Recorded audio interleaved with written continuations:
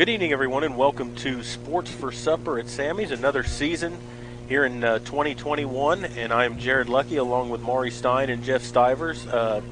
Dwayne will not be joining us this year on the air here at Sports for Supper. He's still going to be doing a few volleyball games for us, but hopefully he's listening at home, and just let him know we miss him. We enjoy doing it with him, and hopefully one day we'll be able to do it again with him. But go ahead, Maury. Well, and he may, step in and help you a little bit with baseball. He's going to help with volleyball.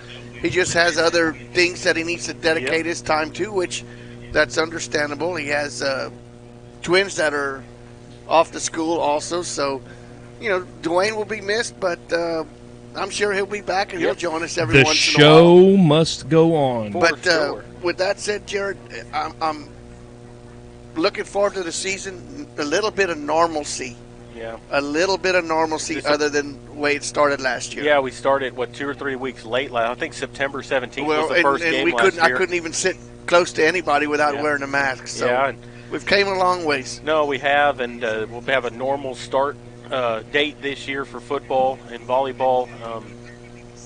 You can't ask for more normal than that. Everything looks like it's going to kick off as it should be. First game this weekend for football against Southwest Legacy away. We'll be talking to Coach Griggs about volleyball, and she'll have a couple of her players on here, and then we'll have Coach Crisp and some of the players on here as well. Football team coming off of a season last year where they started out kind of rough, but progressively got better as the year went on. Lost in the first round of the playoffs down in the Valley. But, that was a game that was close for a while. You and I did that down there, and they pulled away in the second half. That quarterback's now at UTSA this year. And, hopefully they can build on that. They're going to have their starting line back. And, we'll see what can happen this year. Yeah, a lot of positives to take out of last season for both volleyball and football. Yep. The volleyball team made a good run in the playoffs. Undefeated in district play. Undefeated that is awesome. In district, yeah. They had a really good season, and they are also you sent one to Clemson. Yep. I think another one's playing. There's a couple of them playing from last year's team, I believe. So, and we'll get into that a little bit more with Coach Griggs later. And I don't know if you mentioned, Jared, but we'll have Dr. Rohrbach on again for his annual State of the District little interview. So we'll be looking forward to that. And, it's going to be a great season all around for Medina Valley sports, Medina Valley schools. Yeah, and Castroville, we're talking about how much it's growing, the growth. Gee whiz, we got all kinds of things going on. I'm actually really anxious to get Dr. Rohrbach on here because the growth is more than what he predicted last year. Absolutely, yeah.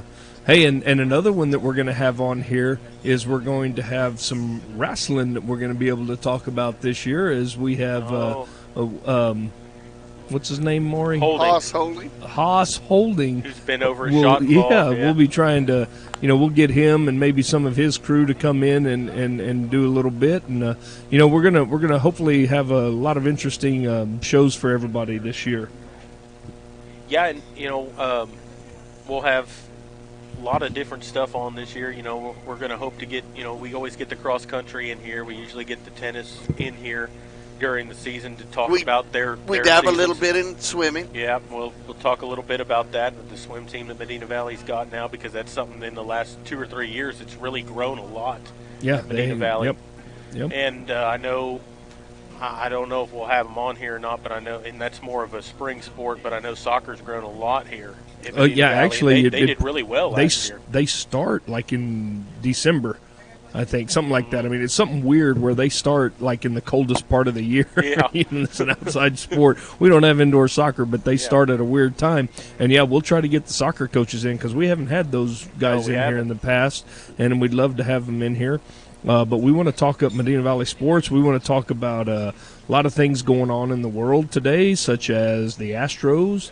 In a little bit of a slide right now, but gosh, they were playing well, and they're still the number 2 seed. City. That's not a big deal. They're not worried about those guys. They need to start focusing on getting everybody healthy. Bottom of the barrel, Minnesota. They struggle with the bottom teams, but they're doing really well against the good teams. So I hope that continues on. Cowboys are about to get started. Texans got some drama going on. I mean, we got all kinds of things that we'll be able to talk about. And we'll be able to talk about the deserters of the Big 12. Yeah, that's true. Yeah. Yeah. Oh, I'm sorry, Maury, you're here. I'm sorry. But yeah, we'll be able to talk about Big 12, and it is still a thing for a little while, I guess. But going to be a fun year.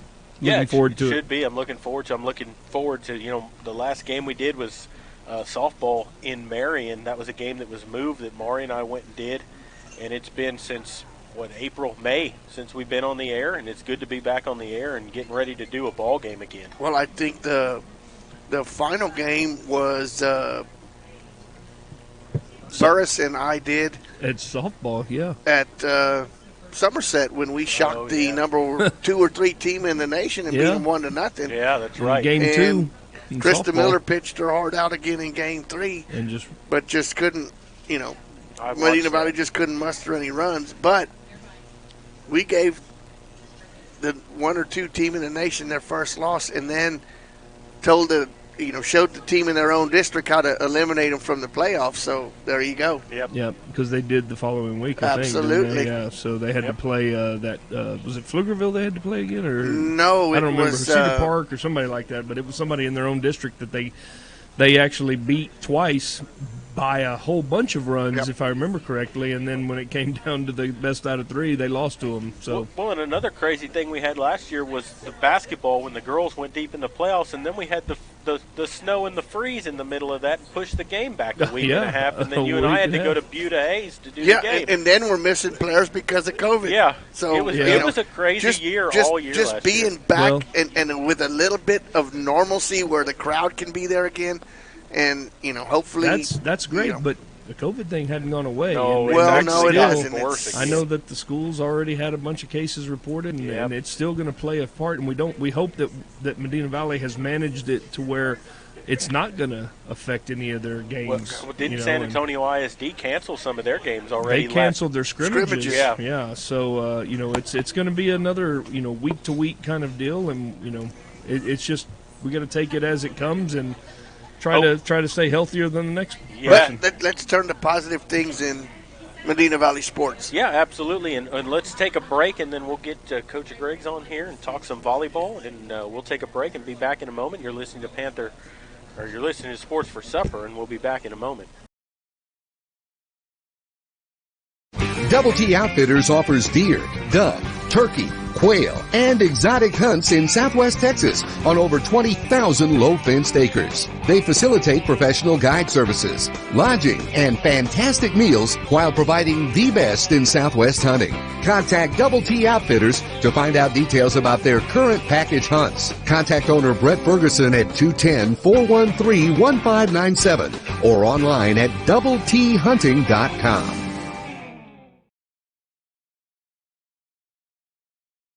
Are you ready for a vacation? Tanya with Travel by Design can help you with all your vacation destination needs. At no cost to you, she can plan all of the details tailored to your unique wants and needs. So all you have to do is enjoy your vacation. Tanya is a certified expert with Disney, Universal Orlando, and California, Sandals, and all cruise lines. Give Tanya a call at 830-931-4834 or visit her Facebook page, Tanya with Travel by Design, for all the latest specials and must-do vacations. Peerless Equipment, your South Texas irrigation experts. Peerless Equipment specializes in sales and service of irrigation equipment to the agricultural and wildlife industries. This includes hose reels, big guns, pivot systems, underground pipelines, turbine well pumps, booster pumps, motors, valves, and an inventory of much more. Stop by one of their locations in Hondo and Pearsall or give them a call at 210-434-7867. Peerless Equipment, bringing water to you.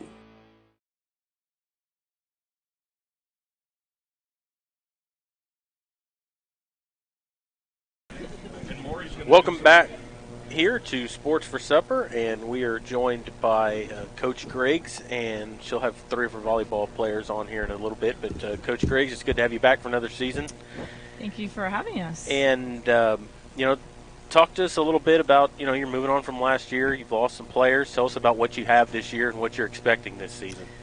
Well, we actually are returning a lot of people. We lost 4 seniors, but we have a lot of people back in key positions. So I purposely made the preseason schedule really hard, so we would have an opportunity to see great competition for like 30 games. So we have a losing record right now, but we're getting better every game.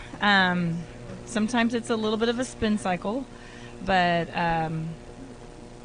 it's just a work in progress. You have to be patient and trust the process. Well, and that's what non-district games are for, is Right. to find out what you've got, kind of experiment with things, and get Right. ready for district. Absolutely. Yes.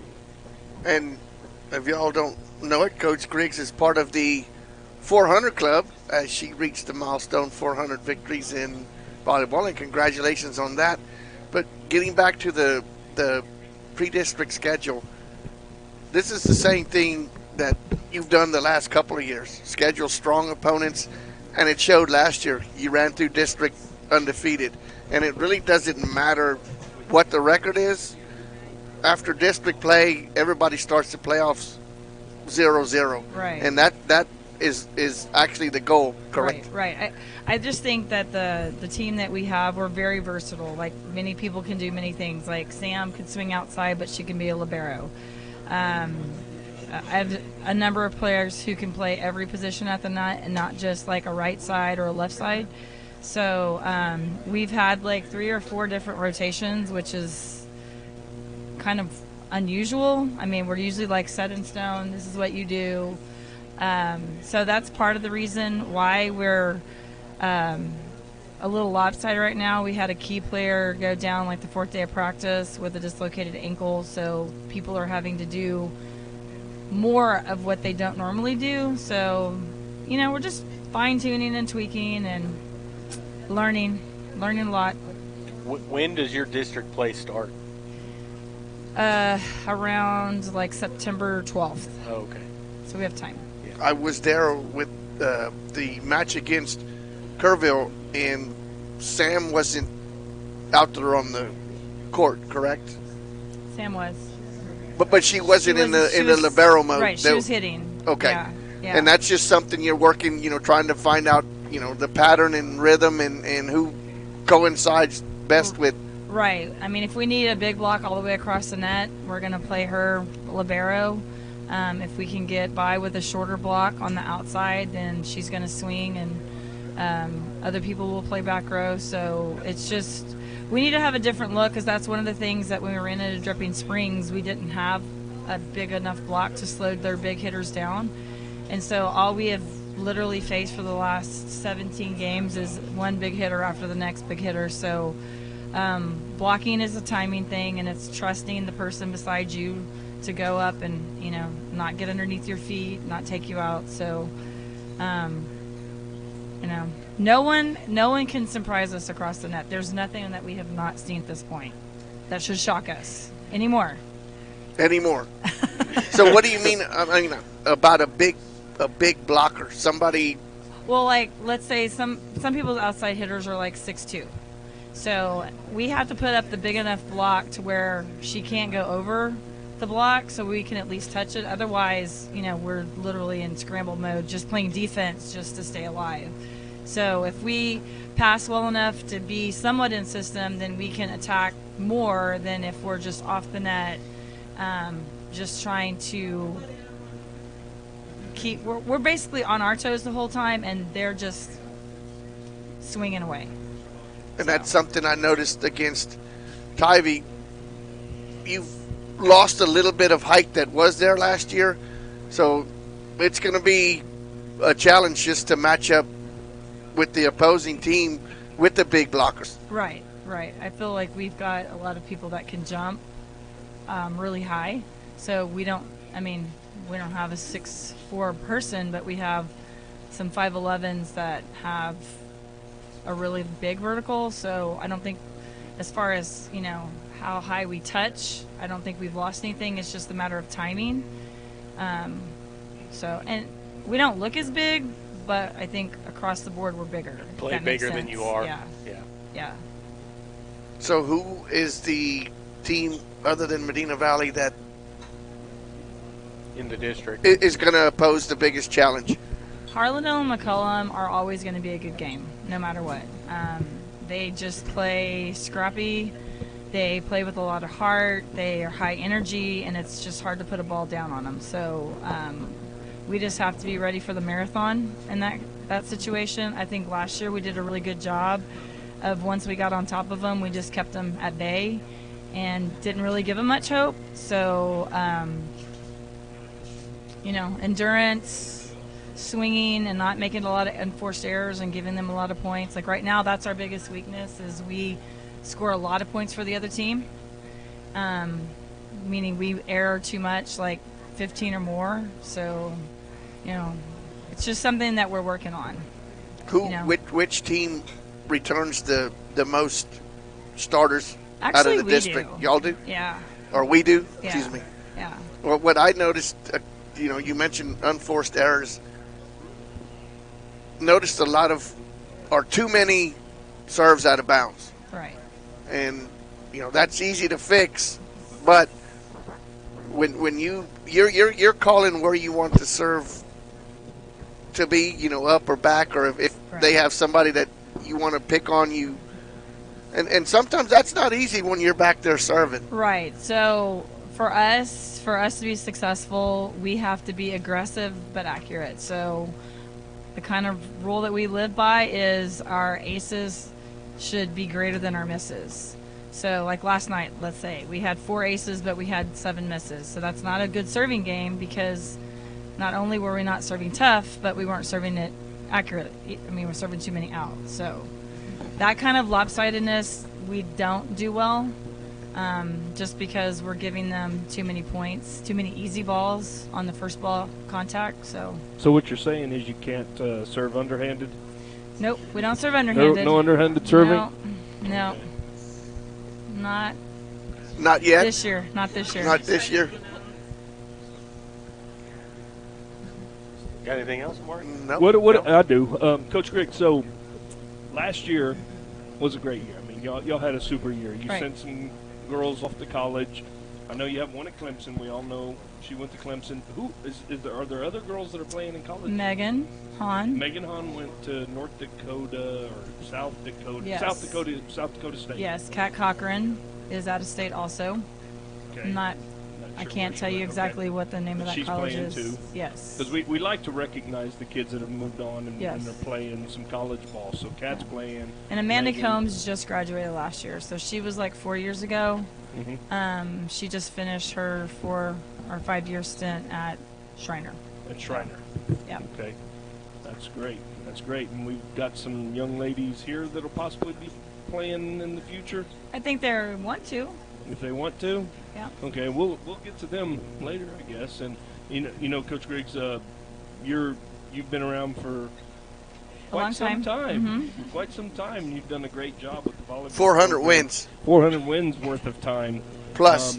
Yeah, and not a lot of coaches reach those plateaus, and we're thankful that you're here at Medina Valley.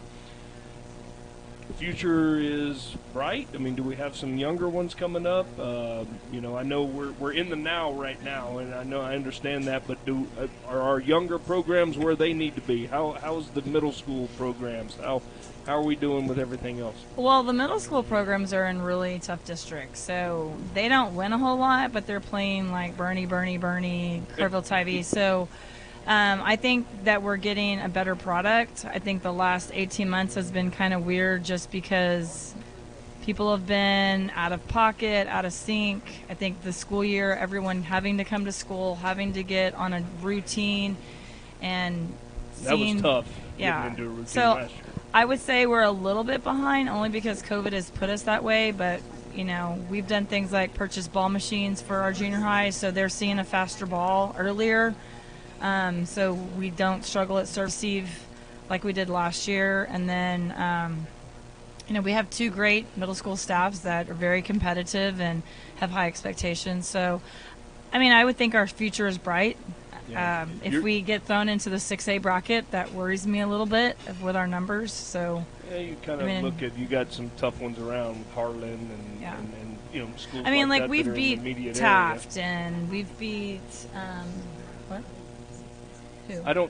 Judson. I don't think Medina Valley's in jeopardy this go around, but Right. maybe in 3 years when we do have realignment coming up in February. Yeah, so Right. well, that was one of the things I wanted to ask you is with the growth of the district, are you seeing some new faces come We in are. and having We more are. competition for spots on the team, things like that? yeah, with 2 middle schools too. I mean, Yeah. that's got to help the program. We Yeah. are, yes. And we are thinking, worst case scenario next year if we get moved into a district with Tybee and Bernie Champion and, all those powerhouses. Like, we're trying to get everybody fast forwarded to where we need to be to compete in these pre-district games. We have to be able to beat them. Yeah, So. Tripping Springs could be a possibility Right. again. I mean, Right. we're talking Dribble, going yeah. back into Maybe the hill they're country. looking and saying, maybe we don't want a realignment because we don't want Medina Valley's powerhouse to join in our district We either. can think like that if we Absolutely. want to. Yeah. When you go undefeated in district, I don't really care who you play. You play who's in front of you, and that's an accomplishment Yeah. Yeah. Yep. Well, all by itself. Yep. I think we're looking forward to it. I am. We're going to be broadcasting next Tuesday. Will be our first volleyball game. Here at Medina Valley. I'm not sure who's going to be on the call yet, but we're going to either have Dwayne or Maury on the call, and it should be a lot of fun. And we're looking forward to having that first broadcast, Coach Griggs. So, Yep, absolutely. And Coach, thanks for joining us. Thanks And for we having hope us. to see you again this season. And we're going to talk to some of the players after our commercial break. You're listening to Sports for Supper, and we'll be back in just a moment. Headed out to the game? Then make a stop at your local Valley Mart convenience store. With 12 area locations, Valley Mart is always right around the corner. Fuel yourself and your vehicle with quality branded gas and diesel, snacks, and fountain drinks. Always convenient, well lit with clean restrooms. Valley Mart, family owned and operated since 1984, and a proud supporter of Medina Valley athletics and area youth sports for over 30 years.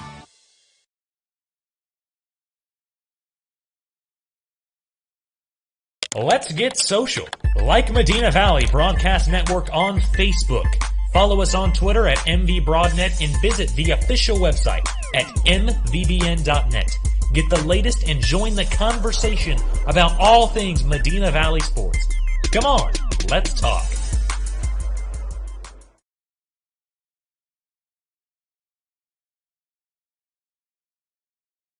Double T Outfitters offers deer, dove, turkey, quail, and exotic hunts in Southwest Texas on over 20,000 low-fenced acres. They facilitate professional guide services, lodging, and fantastic meals while providing the best in Southwest hunting. Contact Double T Outfitters to find out details about their current package hunts. Contact owner Brett Ferguson at 210-413-1597 or online at doubleThunting.com. Are you ready for a vacation? Tanya with Travel by Design can help you with all your vacation destination needs. At no cost to you, she can plan all of the details tailored to your unique wants and needs. So all you have to do is enjoy your vacation. Tanya is a certified expert with Disney, Universal Orlando, and California, Sandals, and all cruise lines. Give Tanya a call at 830-931-4834 or visit her Facebook page, Tanya with Travel by Design, for all the latest specials and must-do vacations.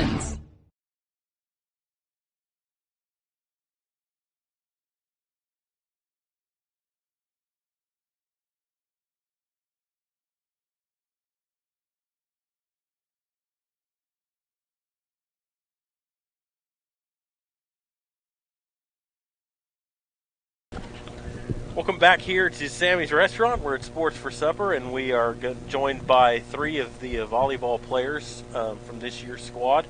And we will start down on the end down here. And 'cause I was requested not to start over here in front of me. So if you'll tell us your name, your position, and your what year you are in school. And number. Oh, perfect. Okay. I am number 6. I'm a class of 2022. I am Samantha Estrada, libero and outside hitter. So that means she's a junior. 2020, yeah. Oh, thanks. 22. You're a senior. I'm a senior. Maury, 2022 starts in January. I got scared. He went to Medina Valley. He didn't have Coach Griggs as a math teacher. Good grief. He didn't have Coach Griggs. That's fun. She's a senior this year. That was great. Oh my goodness. Good way to kick it off this year. Yeah. Yay. Wow. So tell us a little bit about the season so far for you this year. It is, it's a rough start, but I think all of us are getting through it. I think all of us are mentally and physically strong enough to persevere through this preseason and to attack the challenges that we face. And so you're playing two different positions. You're libero and you're outside hitter, is that right? Yes. Okay, so tell us a little bit about the difference there, because that's a big difference in the two positions. Yeah, So, number one, you have to change jerseys. Yeah, sure. Yeah, you got to In change fast jerseys. amount of time. Yeah. Yes, so being an outside, I think it's more technical than being a libero. Having to focus on the blockers and who's on the other side of the court. I would say being a libero, defense comes naturally to me, so I think it's a little bit easier than being an outside. But I enjoy playing both positions and transitioning between both whenever needed. So challenge-wise, the libero is more difficult than the outside hitter, or I'd the say opposite? Outside, since defense is a little bit easier for me. But Outside would be. now, when you're a libero, you are strictly on the back row. Yes. Because you're a defensive specialist, you don't get picked on that much, do you? Or do you? Well, Meaning by the other team getting right. picked on. Usually, most likely, I'm not supposed to be, but surprisingly, like Bernie, I've got a lot of digs. Most of the hits were towards me, so I think it just depends on who's on the other side. But usually, they would not hit to me. Well, somebody's going to have to. Number one, when you start talking rotations and keeping score for volleyball and all that, it's very confusing. But if you're going to play the back row as a libero, you can't play hitter at the same time, can you? Or do you have to make sure that inside the rotation you have to go to the hitter's position? Or No. you can't do both. It's you're either playing one position for this game or not, right? Right. I feel like, well, If she has the libero jersey on, she's never going to play for her. yeah. Right. Okay, Yes. so you'd have to change in between games. In between sets. Sets, right, sets. Oh, Yes. you can change in between sets. In sets, Okay. yes, you Gotcha. can. Okay. Yes. Okay, makes sense. Have you I was done that thinking this year? I was thinking I'm it was sorry? gonna Have be you done that this year? Yes. Change in between yes. sets? Yes. Really? I was thinking it was lot. going to be one of them softball rules that we can't ever figure out with the, this person's hitting here. Wait a minute, she wasn't in the game. Oh, wait, now You don't she want to is. know Wait what a I minute. think of that. She was There's hitting all in the kinds 3-hole of- spot. Now she's in the 8. What's going on? So, okay. Right. What Got would it. you rather? Which position do you prefer? That's a really hard question. Especially with her coach sitting here. I mean, I know. What would you mean. rather play offense or defense? And that's basically the question, correct? Right. I'd say for me personally, offense. I think I'd enjoy playing offense more because this is my last year of hitting. I'm going to be trying to be a libero in college, so this is my last chance to hit. So, Do you have anybody looking at you? Do you have any? What are your plans after the season?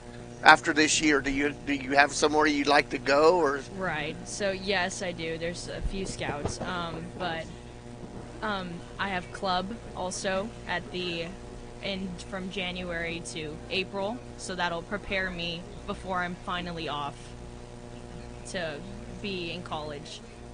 If that makes sense. Yes. Do you play any other sports other than volleyball? No. Just volleyball? Just volleyball. How long have you been playing just volleyball?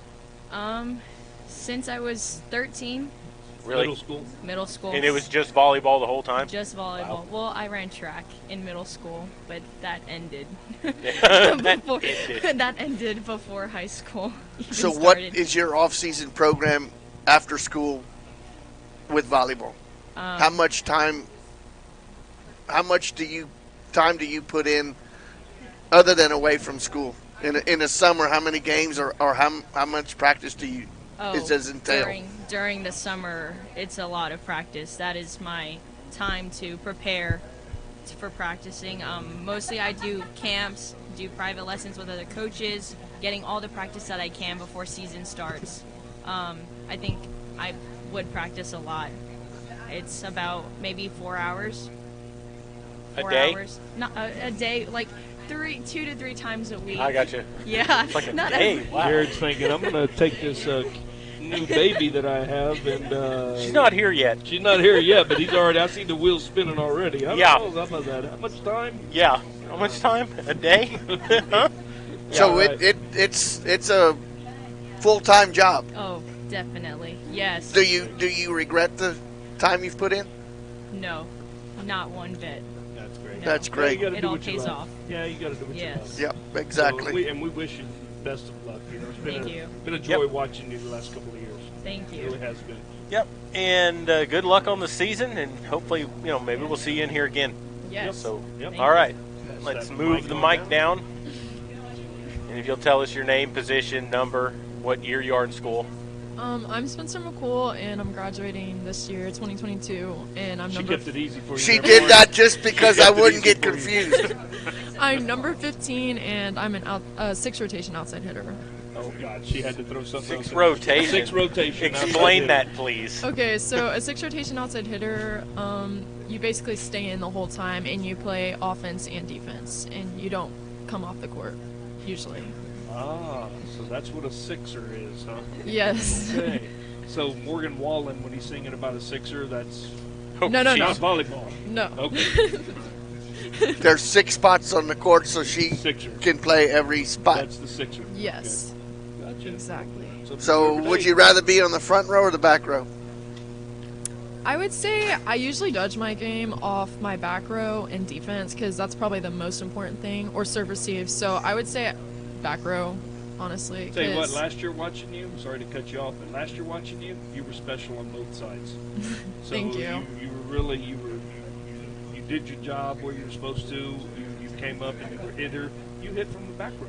Yes. I mean, you like to be aggressive, and I think that's very obvious. It's been great watching you. Looking forward to seeing some. Are this year. you not the reigning district MVP? Last year, yes, I was district MVP. So are you looking forward to a repeat? I mean, I hope so. Yes, I'm gonna try. And if not, someone from your team, right? Yes, of course. I literally. Absolutely. Yes. Because that usually goes to the district champion. Mhm. That's what we're looking forward to. That's what we're hoping for this year again, district champs. And do you have any? I know you do. Any places that you're looking at currently? There's a D2 in Illinois. It's called Quincy, and I'm talking to them. And Katz College, which is Graceland University, I'm also talking to them. Like in thinking where's You're that trying at? to talk about Elvis. Memphis? Tennessee? In Memphis? Graceland is in Iowa, I'm pretty No, sure. this has nothing to do with Elvis. See? No. It's volleyball. Ah. And it'd be really cool to just go play with one of my teammates that I play with. I mean, that'd be Oh, who's there? Kat Oh, Cochran. Kat is there. Yes. That's where she is. Okay, cool. That is So do any of y'all play like in the same summer team Club- or club the team? club team or? Okay, so her and Sam played together last year, and me and Sam are But playing club hold together. on, though, because we're on the radio, so we don't know her yet. Okay, sorry. No, you're good. Can I say her name? Yeah, go okay, ahead. so Haley Hurtado and Okay. Sam Estrada played on the same club team last year, and me and Sam are on the same club team this year. And Haley actually played up with Sam last year in club. So y'all play 18U and she's playing 16U. Is that what you're saying now? You're playing 18s, right?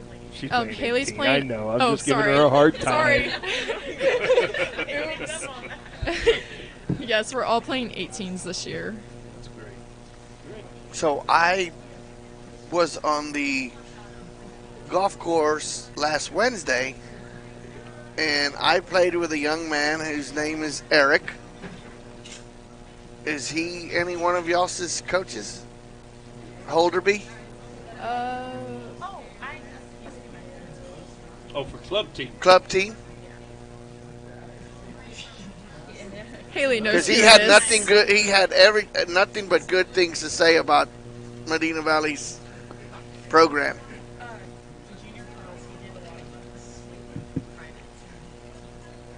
Haley is telling us that he worked with a lot of the junior high or junior class. So there you go. Do you play any other sports other than volleyball? Is it No, just volleyball, just year volleyball? round. Yeah. So it's a constant all year, never stop kind of thing. Yes, definitely. It's all year. It never stops. I hope my wife is listening. I because love playing volleyball. No. Biggest critic, mom or dad? My dad. Yeah, I was gonna say. Definitely, y'all know my dad, so I've seen them both sitting up there. my mom's more the quiet one, and my dad gets on me, but it's because he wants the best for me. Wait so. a minute, your mom's quiet? Come on, we've known your mom for a long time. I've never known her to be that quiet. Well, she knows, like, I don't know. Look, my dad's more the She one. keeps glaring over here. She keeps giving that look. Okay, well. But that's not a bad thing. Your dad just expects. Yeah. He's seen me play forever, so he really just wants me to do the best I can do. And he knows my limit, and he knows how good I can actually do, and so do I. So when I'm frustrated, he's frustrated. Hey. And when he's frustrated, I'm frustrated. All moms and all dads are the same. Absolutely. And they're all going to just try to push their kids and expect the most and the best out of them every time. Exactly. And y'all are doing great, believe me. Yep. Thank you you. know what? You've made them proud. Thank you. All right, let's move down to Haley because she's nervous as can be down here. No, you are. You were. I was asked not to start with you. Because they're seniors. You actually have to talk into the mic, Haley. I'm Haley Hurtado, number 9. I'm a junior, class of 23, and I'm a middle blocker and an outside hitter. Okay, and tell us a little bit about the season so far. How your thoughts on it. I think that preseason is hard because the teams are better than us, but it's making us a better team. Not better. No, you mean not better than us? Come on. Okay, it's good competition. That's the nerve. It's good competition, and it's making us a better team together, which will prepare us for district. And as long as you keep thinking that and understanding that and trying to help the rest of your teammates understand that, it's only going to be better for the entire team in the long run. Yes, but as soon as y'all take a couple of losses the wrong way, that could be a bad thing, and it could create problems. And it sounds like all three of y'all are great leaders because y'all are all really positive about what has happened. I don't even know if we know your record right now. We don't really care about your record right now because what matters in 2 weeks is what we do then, right? Yes, and as long as y'all keep that positive attitude, y'all are going to do great things. So what is keeping you from being a 6-spot player? So I do play back row. Because I've seen you. That's what I'm saying. I've seen you play back there. I've seen you serving back there. Yes, I do play back row, and it's new to me. Like, this is my first year. I think I've really been consistent, like, being back there. So it's just something I'm working on. So what do you think you need to work on to be the 6-spot player? A sixer. Yeah. I think personally I need to work on, like, reading the hitters on the other side of the court better because I just don't react fast enough. And so if I see where their shoulders are pointing or where their arms going, then I can beat the ball. I was watching the Olympics. I was watching the volleyball Olympics, and I know it's tough to compare you girls to the Olympics, but one thing I noticed in the Olympics was and this is more beach volleyball, but as the girls were going up... There's only 2 of those. As the girls were going up for a kill or something, their teammate was always hollering angle, or line, or something like that. Is that something that y'all do? Yes. Sam is very good at telling the hitters. So, like, if I'm hitting and Sam's behind me, she'll tell where the defenders aren't on the other side of the court and what's open. So, like, if the tip's open, she'll say tip here or hit line or hit cross. And it helps us be more successful in the front row to get the ball down. That's neat. That's neat. Yes. My question is, just watching the game, when the setter's setting, there's 3 people hollering, I want the ball, I want the ball. How does the setter decide who is getting the ball? Maybe I should have asked. No, she's not the setter. Oh, she's the libero. Oh, okay. Nope, she's not the setter. I couldn't tell you because I've never been a But setter. don't you always say, I want every Yes. ball that's in the air? Oh, yes. I try and go in for every ball and say, like, give me the ball, because as a middle, we try and pull the other middle blocker, so it gives our outside hitters a better opportunity to put the ball down. So the setter, I guess, goes whatever she's whatever. But yeah, is that whatever is that goes. something that somebody is informing the setter where they are Yes. in line? Yes. So like on serve receive, or before we hit, we'll say set a 3 this ball, which is like just a higher ball, or a 1, which is a quick ball in the middle, and she'll try and put the ball there as best she can. I guess a lot of that scouting report too. Yes. Coach Griggs and her staff will probably talk about that to you. Yes. It's like passing patterns, hitting tendencies. Yeah. So like you have someone who is swinging for point on the right side, let's say out of serve receive rotation number 3. Well, she's going to go to her because she keeps getting her side out. A lot of the times it's where the ball's passed. So like as ball's passed where she can set all 3 hitters, she's probably going to go to middle, because if the ball's off net or off center, it's hard to set your middle. So the more often you can keep your middle in play, you're going to keep their middle blocker kind of at bay, like watching her, so then your outsides open up more, because there should be a split in the block. And I would imagine, like, as a match goes on, you start to figure out, like, we're getting points here. Right. Like, They let's do. keep They going do. to that. They Yeah. do. Let's go to the well. Yeah. Yeah. And, obviously if someone's putting the ball down 3 or 4 times in a row, she's going to go back to them, but she also isn't going to set someone who's just hit it in the net 2 or 3 times. So, Yeah. That makes sense. I mean, it's a lot of volleyball IQ. It's not something you can necessarily teach. It's not like you can teach. You You've can't got read a to book. You have to just react. Repetition. Yeah. And I'm sure that's why Coach Griggs gets up there on that box and hits them at y'all, right? All the time? Yeah. She still does that, though, huh? I haven't seen her do that in about 15 years, but she still does that? Okay. We did it today. That's great. That's great. So I've noticed this year jump serving. Is that something you've been working on? She did it some last year. Not as often. Not as often, yeah. No, so I want to be successful at jump serving just because I think it's harder to receive. And it's been kind of rocky for me personally, but it's just something like your toss has to be right, and just practice makes perfect. So we've been working on that a lot. That's a repetition and timing thing, Yes. right? Does the jump serve actually help you, like, dive the ball down or something? There's 2 different serves. So there's a top spin, which goes down, and then a float, which kind of like moves in the air. It's like a knuckleball. Yes. I don't know. Yeah, no, he knows what I mean, though. Yeah. That's a good way to explain it to Well, someone. exactly. So what other sports do you play? I run track. Do you? Are you was any a- good? What do you do? Are you any good? Yeah. Yeah. Were you any good at this last year? I don't know. I was okay. I went to state. Oh, I you went went to to state. state. Yes. Oh, wow. I run 100-meter hurdles, and I am in the 4x2, and I did go to state this previous year. In which event? 100-meter The hurdles 100 and the 4x2. Oh, both. Yes, Okay. sir. Wow. Don't call me sir. Sorry. Oh, it makes me feel older and You're going to dirty. be a dad. I high jump. Yes. I'm not yet. It's not Well, I mean, I my guess I am, but- Favorite, but I do. You're pretty good at that, too. Yes, I think I just- went to area this year. Yeah.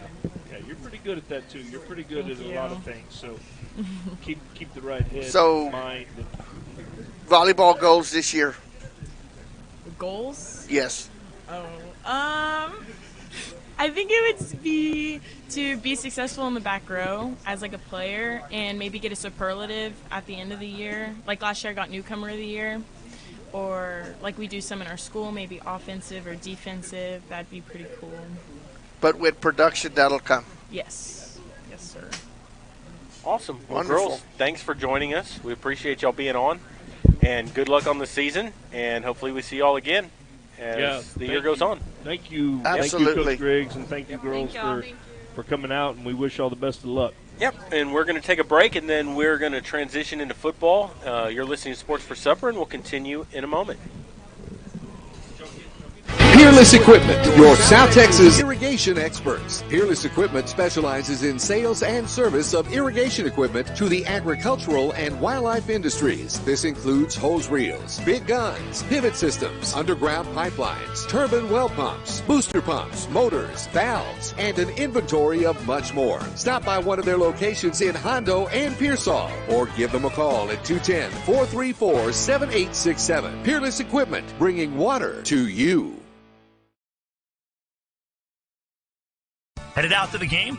Then make a stop at your local Valley Mart convenience store. With 12 area locations, Valley Mart is always right around the corner. Fuel yourself and your vehicle with quality branded gas and diesel, snacks, and fountain drinks. Always convenient, well lit with clean restrooms. Valley Mart, family owned and operated since 1984, and a proud supporter of Medina Valley athletics and area youth sports for over 30 years. Let's get social. Like Medina Valley Broadcast Network on Facebook. Follow us on Twitter at MVBroadnet and visit the official website at mvbn.net. Get the latest and join the conversation about all things Medina Valley sports. Come on, let's talk.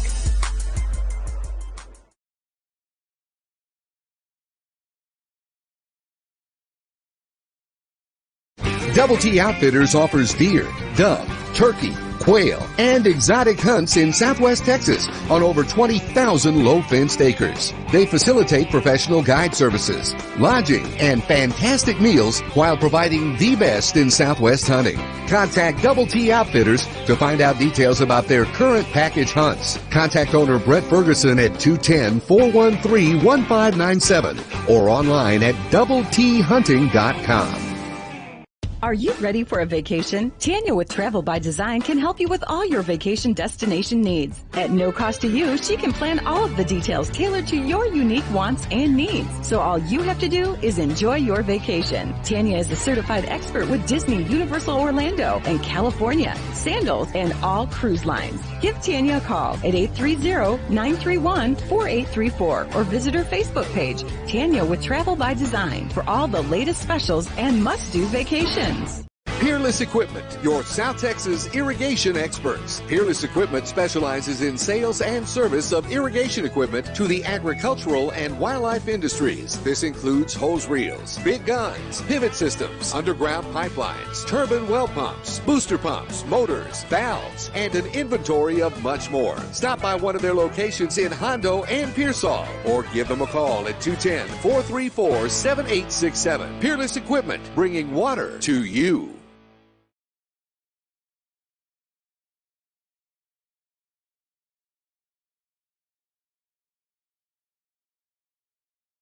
Headed out to the game? Then make a stop at your local Valley Mart convenience store. With 12 area locations, Valley Mart is always right around the corner. Fuel yourself and your vehicle with quality branded gas and diesel, snacks, and fountain drinks. Always convenient, well lit with clean restrooms. Valley Mart, family owned and operated since 1984, and a proud supporter of Medina Valley athletics and area youth sports for over 30 years.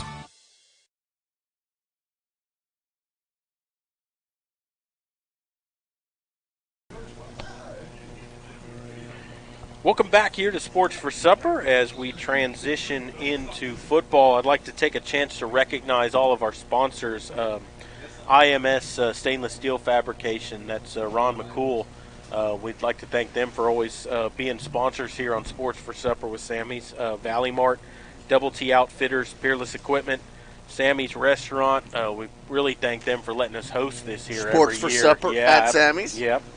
Habe's Bakery and Travel by Design, and thanks to the sponsors for always making it possible to bring you these broadcasts and games and broadcasts and all that. We really appreciate them sticking with us. And we've got plenty of openings, Jared. If people are interested in advertising, they can contact me, Maury, at 830-931-4504.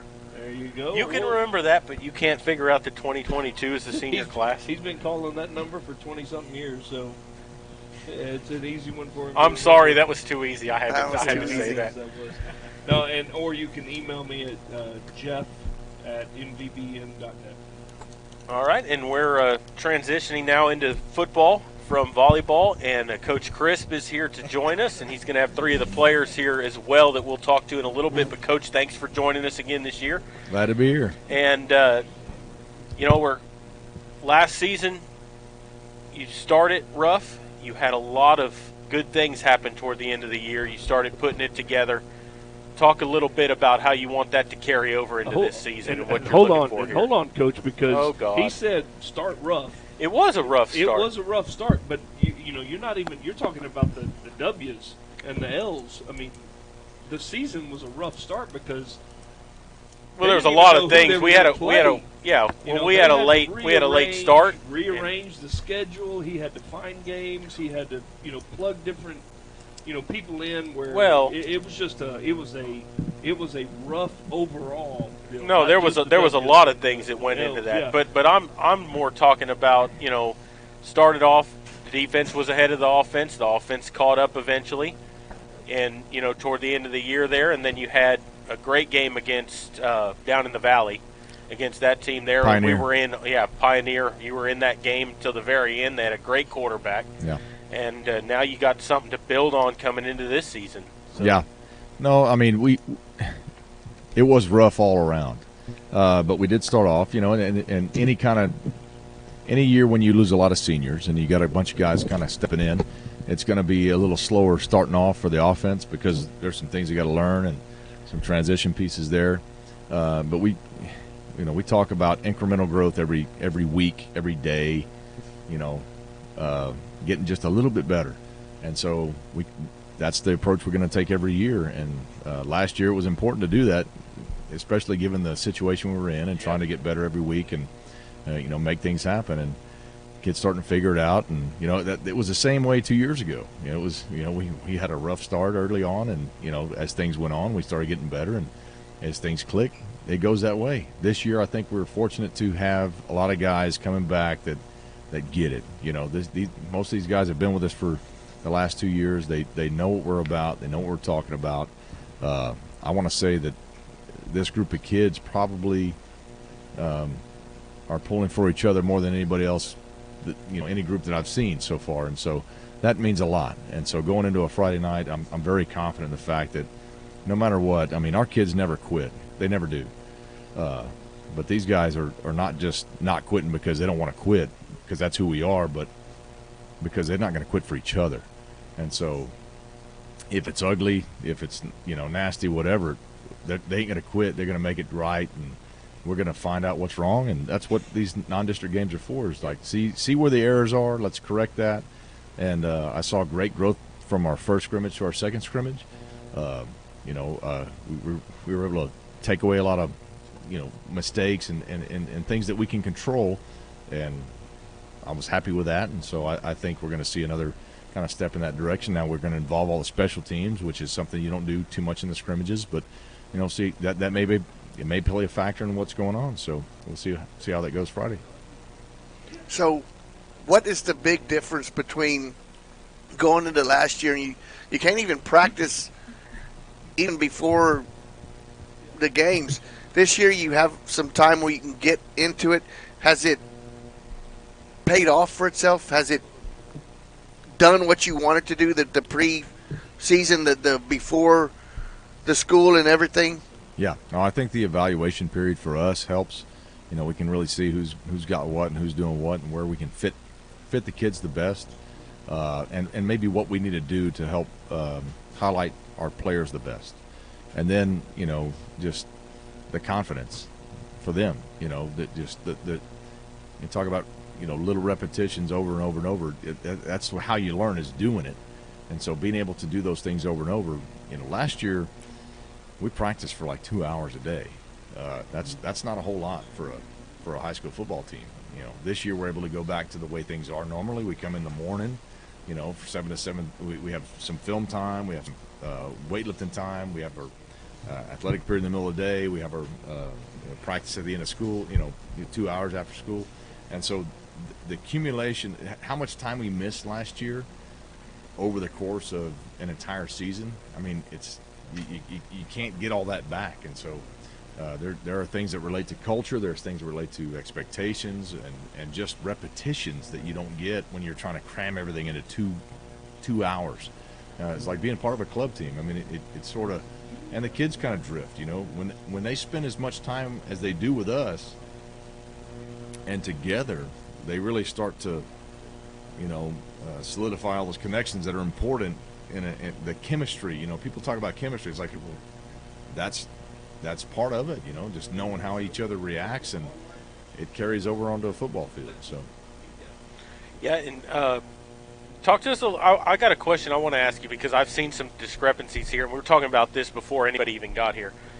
So I saw a schedule. Have all the games been moved to 7 o'clock?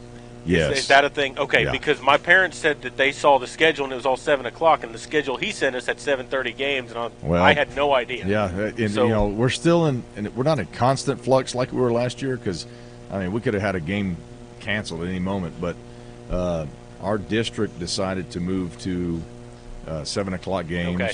and then a lot of our non-district opponents that were going to their place decided they're going to 7 o'clock games. So I said, well, let's just keep it consistent.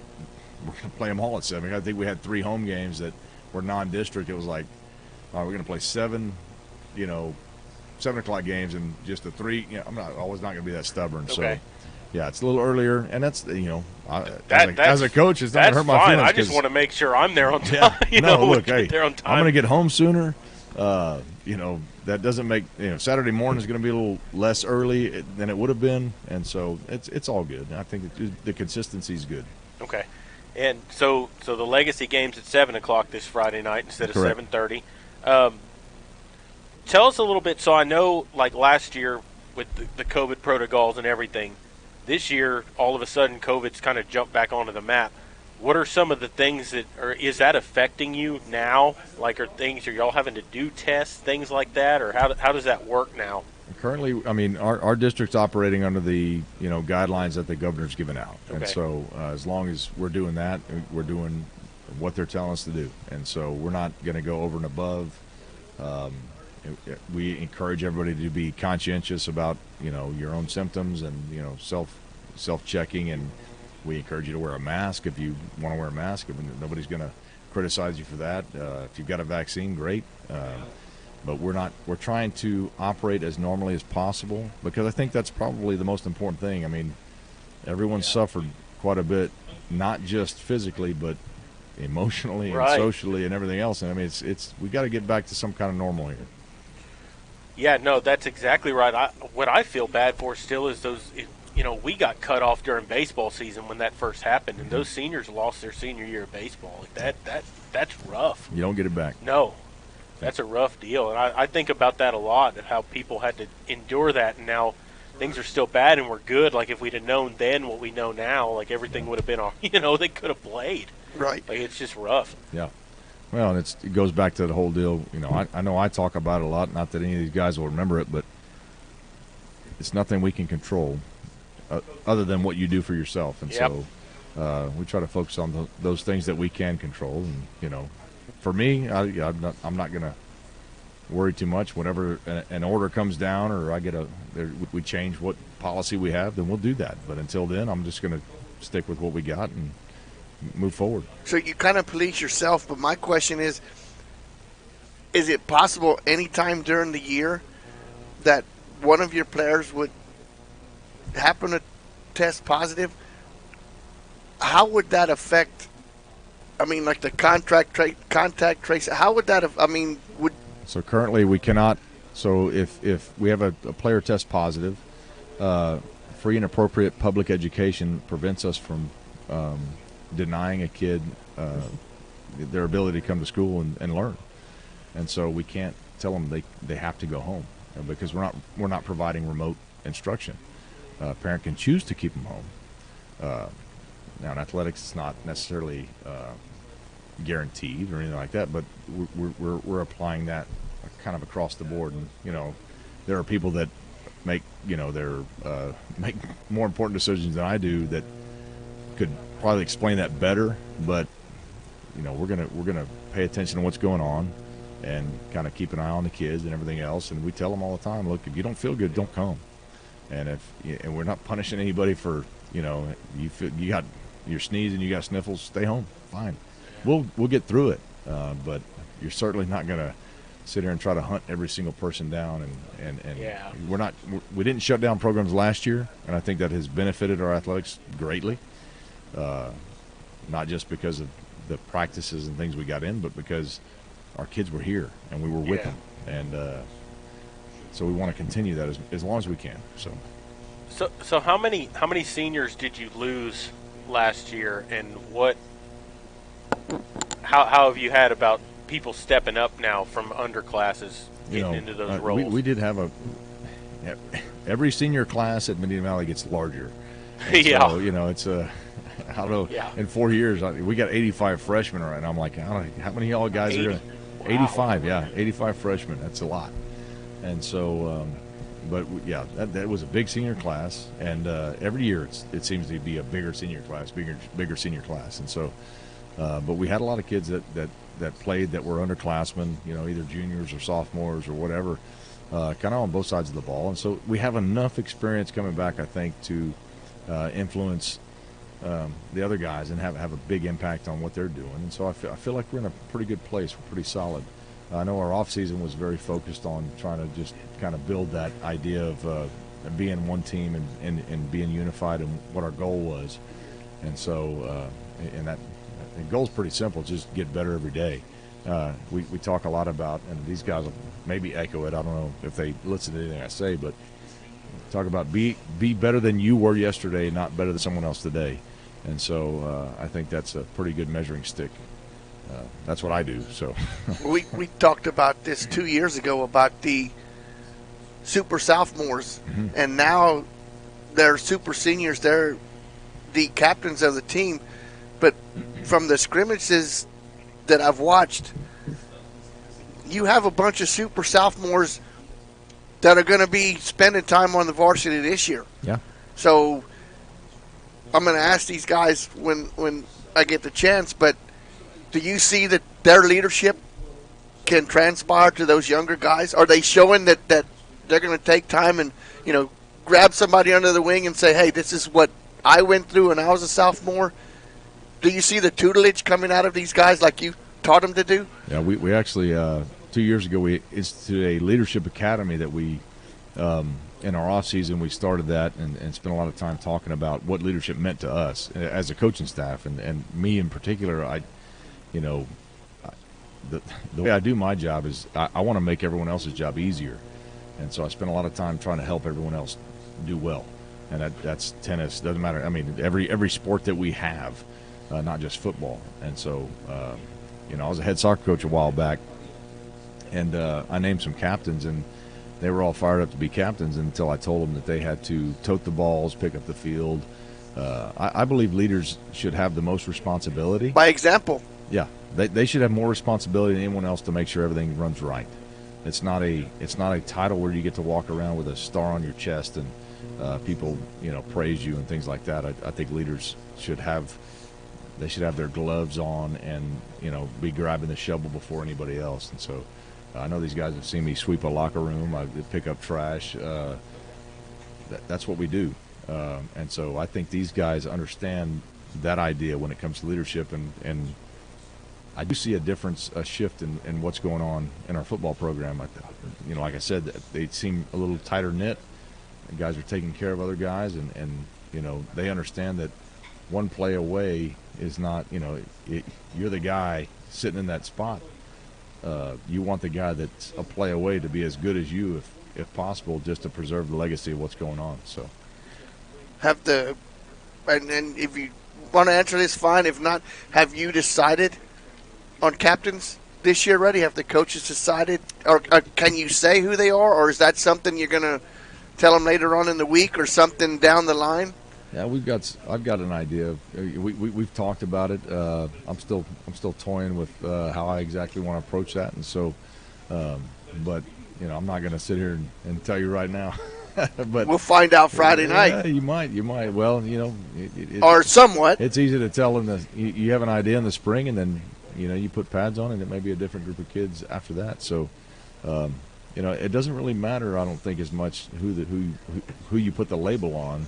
Those guys are pretty much apparent every time you walk out on the field. So, has there been some practices where you've just come out and coaches get together and say, "Man, never expected this out of this young man," but we see that every day. We got some. Yeah. We got some players. Yeah, we're pretty excited about the group of kids we got here, man. They surprise us every single day, and sometimes they disappoint us every day too, because they come out, they show up a little later than they should, but they're high school kids, and we know that. And something I've stressed quite a bit is that I coach every one of these kids like they're my own, and I'm not always very nice with my kids, and I love my kids to death, but I don't always like them. They it's okay not to like your kids, if anybody was wondering, but you have to love them, and you got to make sure they live, and so that's what we're doing. We're gonna love them, make sure they live, and make sure they're successful, and help them. We're gonna be as honest as we can, and help them be the best people that they can be. Yeah, but we're surprised daily. Sometimes sometimes in a good way, and sometimes in a bad way. You're going, what the heck's that guy thinking? What did that just happen? Yeah, I didn't expect that. So Southwest Legacy this week. Mm-hmm. It's your first game of the season. How hard is it to prepare for a first game, because all they've done are scrimmages? You don't have any games to go off of, really. How tough is that to prepare for a first game of the year as opposed to the rest of the season? Yeah, the tendencies, that's the big thing. You're sitting there breaking down film and everything else. And, you draw up plays, and you run through a script in a scrimmage, and it's not very scenario based, and so your down and distance doesn't necessarily apply too much, and all that kind of stuff. So, but other than that, you get a pretty good idea of who's on the field, and maybe where their weaknesses are and what you can exploit, but you don't know their decision making process. And so I think the second half of the game will be a big tell in terms of who's able to adjust and who's able to figure out the other one faster. And right. That's the first game. It's like, and then the other parts of special teams, I think that's huge. That's a third of the game that you cannot recreate in a scrimmage. So no, and that's something we've seen since you've been coach here, is the special teams have always been really good. Yes. Like it's been a game changer in some aspects of some games. Yeah. And that's something that I feel like you take a lot of pride in, is the special teams. Yeah, that's important to me. I think you have to spend as much. It's as important as anything else. And so I know last year we played Legacy. It was a block punt that set up a touchdown that was the difference in the game. I mean, we had lots of turnovers, both of us. And so that it always looms large. I mean, turnovers are huge. Special teams are huge. And then executing on both sides of the ball. But it's you got to pay attention. It's a work in progress. I've seen two of these young men sitting here at the last scrimmage, one of them kicking extra points and the other one doing the punting. So, we got them sitting right here. So, jack of all trades, these guys are going to have to step it up and, fill in for some shoes that were pretty full last year. So, wait a minute. Are you saying that this one right here may play some tight end too? I didn't say anything about tight end. Maybe, or no tight end, no tight end. I saw him drop about 100 passes his freshman year. So, okay, well, it's a good thing we don't throw the ball. We're just going to make you need an extra blocker out there, so you could be a tackle too, though. But you got a low number, so make you a tight end, right? Coach, expectations this year? Better, more consistent, definitely. And that's all I'm going to give you, because that's what I expect. Is we talk about it all the time, and these guys probably, if I asked them, they would agree. It's about incremental growth, and if we have great jumps, that's great. But I want consistency. I want incremental growth. I want things to just continually get better. We're looking for a shift in how things work here, and these guys have been on board, and I love it. Every kid that we bring down here will probably be the same way. And obviously, I've got an idea in my head, but I'm not going to sit here and talk to you about wins and losses and everything else. I want to see our kids come out and work their tails off like they always do. We have the best kids, I think, probably in the area in terms of just working, and I want people to be proud of the product we're putting on the field. So well, and I'm glad you said that, Coach, because I did write the article for the Anvil, what do they call it, the Castroville Anvil now, the Hondo Anvil Herald, the Castroville Park, the preview edition. And in the preview edition, everybody go and pick up the Hondo paper, Castroville Anvil. It does have the football preview in, and it comes out, I believe it came out today, and it'll probably be in stores tomorrow for here in Castroville. But we wrote about build. The key word was build. And what you've been doing here over the last couple of years is you've been building a program. And this is just another chink in the ladder, another chink in the fence, another step on the ladder of building. And I think what y'all are doing here is a great thing. You're building young men, you're building a football program, you're building an athletic program. So we thank you for that. I think a great bricklayer is going to take pride in every brick he lays, and so. Except in basketball. Good grief. Well, that was a pun, wasn't it? Yeah, it was. That one fell flat. I'm going to tell you right now. Sorry. Wow. Talking about Marvin again, yeah. Talk about taking all the air out of the ball. I had something really good I was going to go with there, but you know what? I think he might have cut my I don't legs even know out. if you can even come close to that one. We're just going to turn his mic down. Coach Chris, thanks for joining us. It's always good a luck. pleasure. Good luck this season. We look forward to watching the games and being able to call them and be part of that. I'm ready. Appreciate it. Yeah, and we're going to take a quick break, and then we're going to come back. We got 3 of the players here we're going to talk to. I hope they sound intelligent. You're listening to Sports for Supper, and we will continue here in just a moment.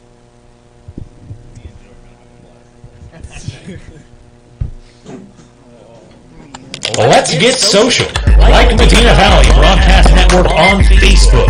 Follow us on Twitter at MVBroadnet and visit the official website at mvbn.net. Get the latest and join the conversation about all things Medina Valley sports. Double T Outfitters offers deer, dove, turkey, quail, and exotic hunts in Southwest Texas on over 20,000 low-fenced acres. They facilitate professional guide services, lodging, and fantastic meals while providing the best in Southwest hunting. Contact Double T Outfitters to find out details about their current package hunts. Contact owner Brett Ferguson at 210-413-1597 or online at doublethunting.com. Whichever one you want. Are you ready for a vacation? Tanya with Travel by Design can help you with all your vacation destination needs. At no cost to you, she can plan all of the details tailored to your unique wants and needs. So all you have to do is enjoy your vacation. Tanya is a certified expert with Disney, Universal Orlando, and California, Sandals, and all cruise lines. Give Tanya a call at 830-931-4834 or visit her Facebook page, Tanya with Travel by Design, for all the latest specials and must-do vacations.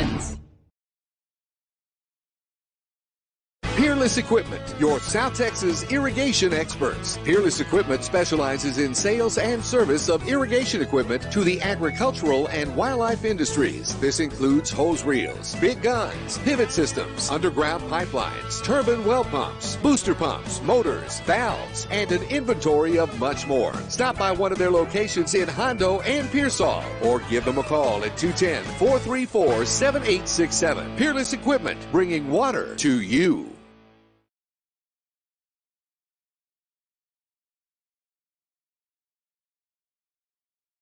Let's get social. Like Medina Valley Broadcast Network on Facebook.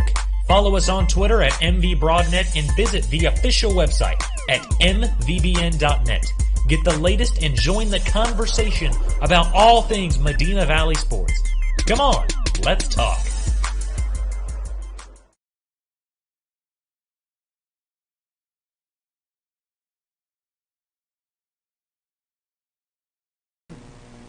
Welcome back to Sports for Supper at Sammy's. We are turning it over now to 3 of the football players. We just heard from Coach Chris. We're going to turn it over to 3 of the players.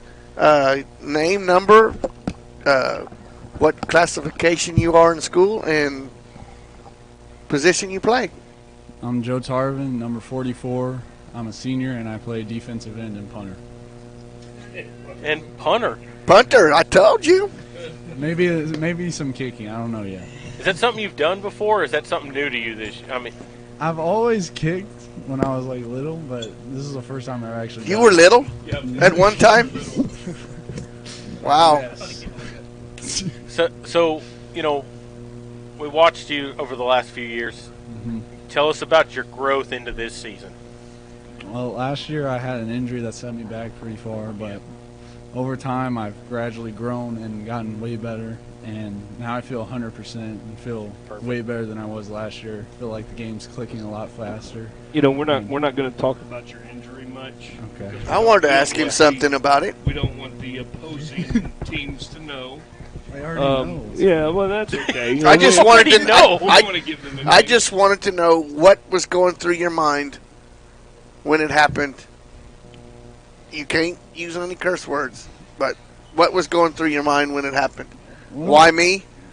I mean, I just went down, and I didn't think it was that big of a deal. Like, it kind of hurt. It hurt pretty bad, I'm not going to lie. But after a minute, I was fine. It felt fine. I wanted to get back in, but they didn't let me, so. Yeah.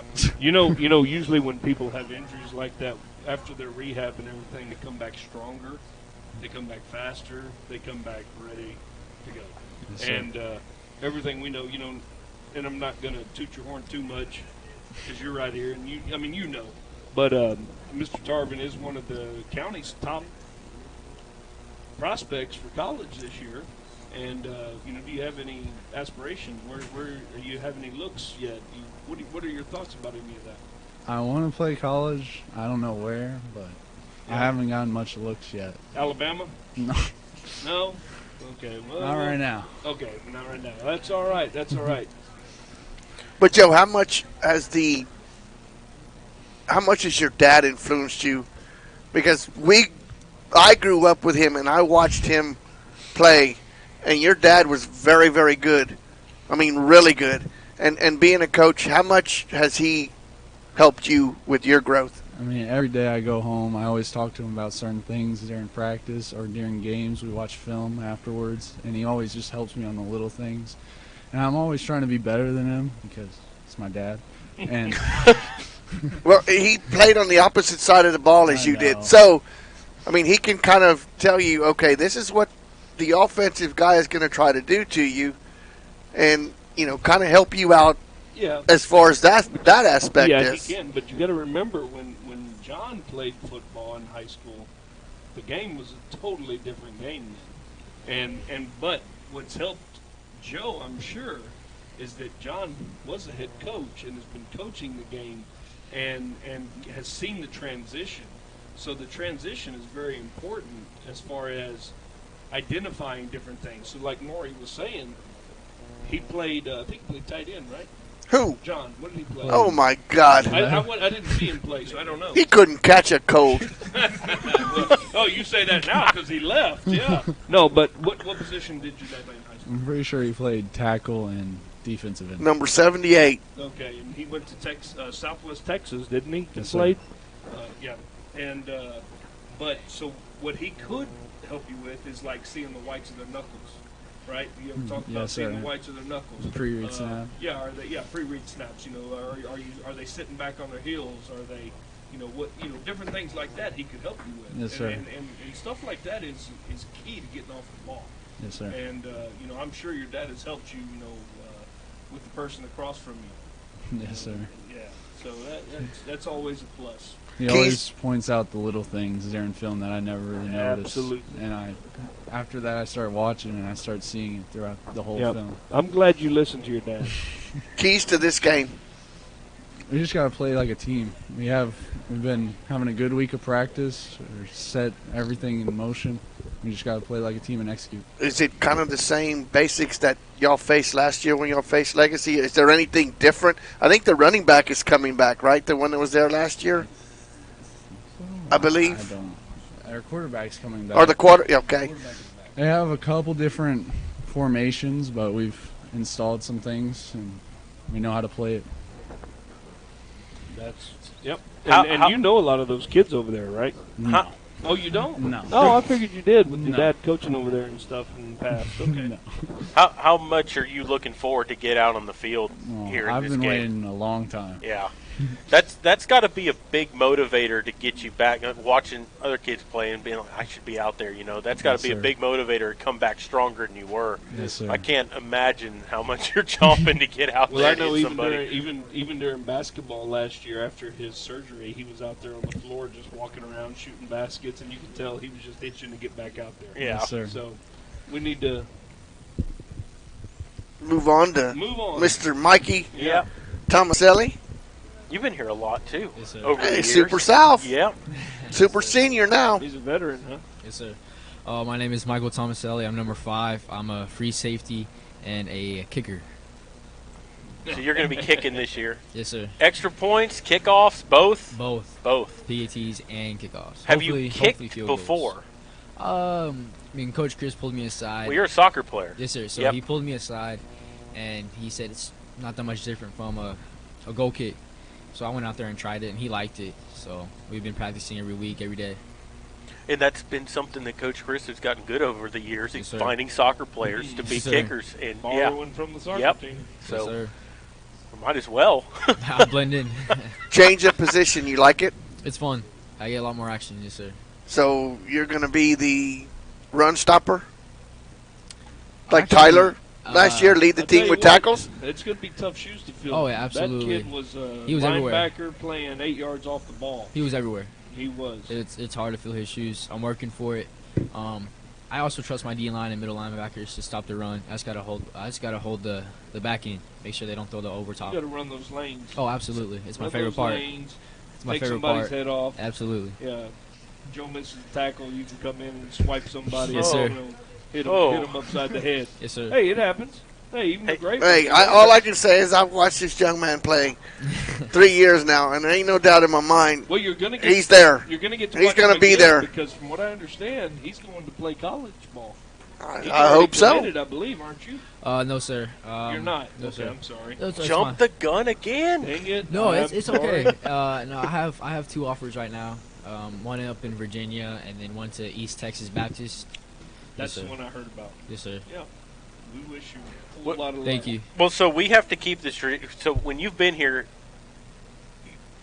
y'all have always made a history of making some kind of prediction for yourself. Oh, I wanted to ask him, but I didn't want to jinx it. Sir. You've The got predictor. to, because it usually comes to pass. It comes to fruition. Yep, it does. What for this game this week? What do My you? prediction? I'm gonna score on special teams, punt return, kick return. Yes, Well, sir. see, we didn't get So to we see didn't- that we in the didn't know- scrimmages. yeah, No, I okay. didn't know. So Oh, you're yes, back sir. there as a returner. Yes, sir. then. I'm a punt returner and kick returner. Okay. Yes, sir. All right. You could have made it real special. You could have said, Joe's going to tip a pass. Yeah. I'm going to pick it off I'll pick it off and take it to the house. Yes, sir. So what do you like free safety better than cornerback? I like it a lot. I have more leadership back there, and You'll be calling the plays, correct? yes, sir. Yes, sir. So I have more leadership back there, and I get more action. I love it. And plus, you won't be on an island. No, sir. I'm everywhere. But you did great. I'm telling. But Yes, sir. I mean, now you're the kind that can sit back and say, "Okay, now I can read everything." Yes, sir. Where the quarterback's looking. It's fun. Let's just make a prediction of interceptions this year. Yeah. How many? I'm shooting for 7 like Tyler. I'm There you shooting for go. 7. There you go. Hey, and watch the piper out. Oh, yeah. Yeah, watch the piper out, okay? Don't Yes, let sir. the piper out get inside of you and over Yes, the sir. top of you. He acts like he knows what he's talking about. I've been there once or twice. Yes, sir. But has Coach Chris? I was trying to feel him out about captains. Has he kind of mentioned No, sir. anything to y'all yet? No, sir. We don't He know. said no, Mari. Yes, sir. He hasn't. I just am asking. Just pushing. I'm pushing. It's fine. They haven't talked to us about it. So we'll find out. That's Would Friday that night. be I'll something? find out the Would week that of. be something either one of you guys would relish? Would y'all Oh, I would like love to it. go out there Yes, and sir. be part of the Yes, sir. coin flip and Represent our team. Yes, sir. absolutely. Well, you know what? You're representing a lot more than just that team. Yes, sir. Yeah. You're representing this community. Yep. Medina Valley, Yes, sir. Castroville, LaCoste, Rio Medina. They'll leave anybody out. I better not leave the town out. Dunley, right? We have Jared to and I say live in Dunley because we you live know. there. Yeah. So Any other sports, Mike? I play soccer and track. You're a goalkeeper, right? Yes, sir. I'm Yep. a goalkeeper. When does that season start? Because we talked. Does that start in December? It's It's hard to choose. Usually around a couple weeks after football season. Okay. So like late November, early December. So you got some. What happened last year during the freeze? Did y'all push some games back, or were you out there during some cold days? How did that work? Because that's got to be miserable. I mean, I can't complain about the snow. I loved it, but no, they canceled about 3 games. Really? And we got to make them up, but it was. I mean, we made playoffs, so I can't complain. Yeah. So. It's great. Yep. We wish you the best of Thank luck. you. Absolutely. Yep, for sure. We'll slide it on down. Name, number, position. Year in school. Year in school. Year in school. Your year, junior, senior. I'm Tristan Hill. I'm number 13. I play receiver, and I'm class of 2022. What an awesome number. That is. Thank you.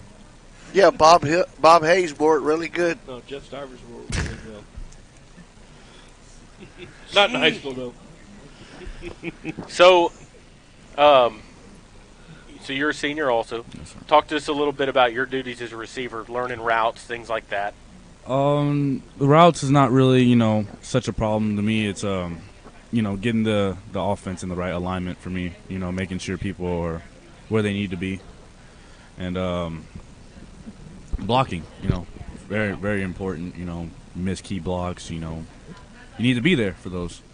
And as of right now, it's only going to elevate from here. This is week 1, so we're going to get our feet wet a little bit, and we're going to keep pushing on. Is that something you take pride in, run blocking? Yes, sir, a lot. So are you going to be in the slot? Or are you going to be lined up wide? What is wide. your normal position? I line up out wide.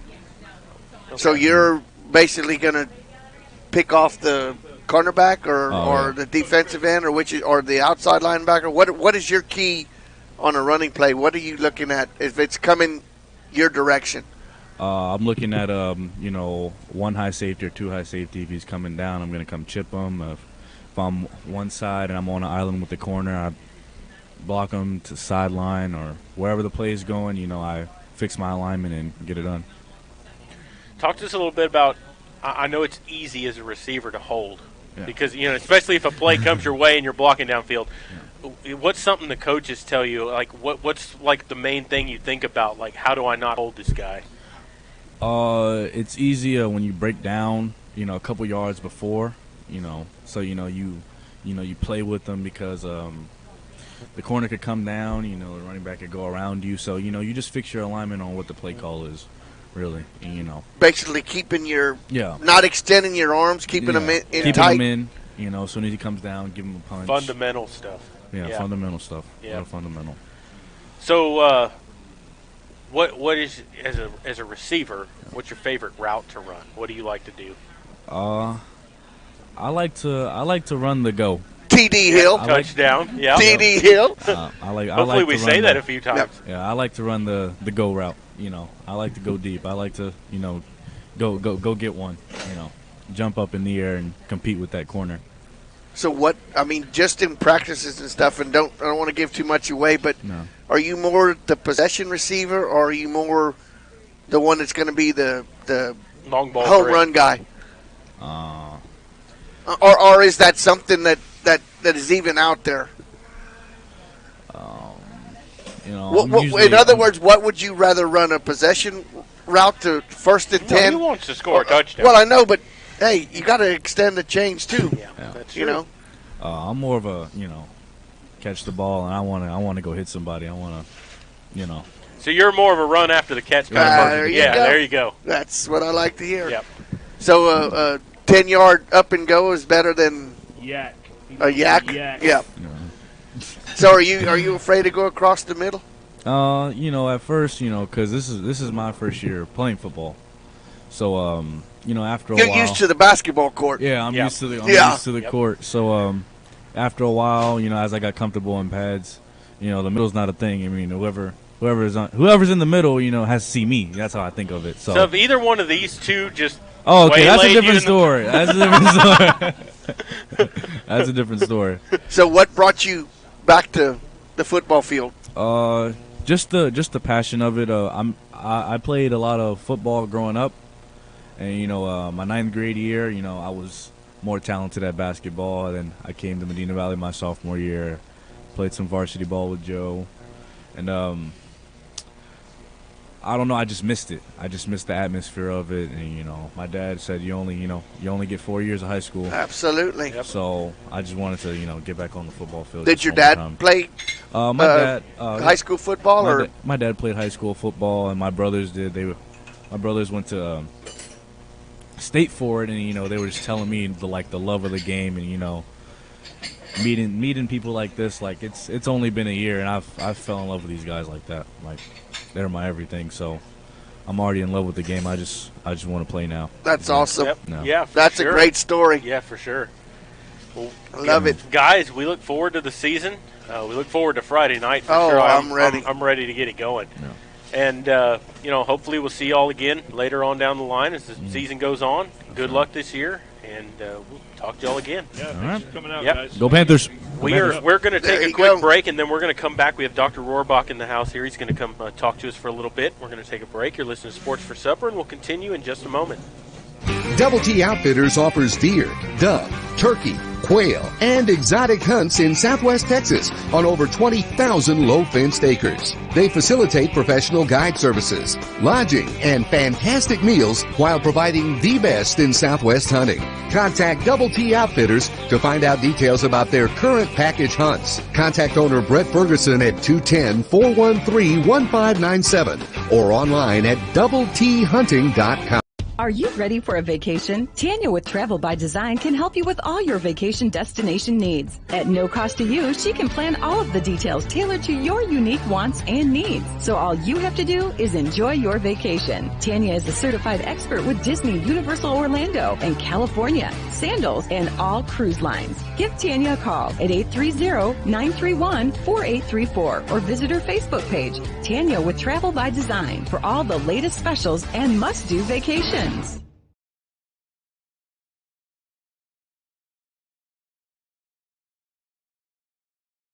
Peerless Equipment, your South Texas irrigation experts. Peerless Equipment specializes in sales and service of irrigation equipment to the agricultural and wildlife industries. This includes hose reels, big guns, pivot systems, underground pipelines, turbine well pumps, booster pumps, motors, valves, and an inventory of much more. Stop by one of their locations in Hondo and Pearsall or give them a call at 210-434-7867. Peerless Equipment, bringing water to you.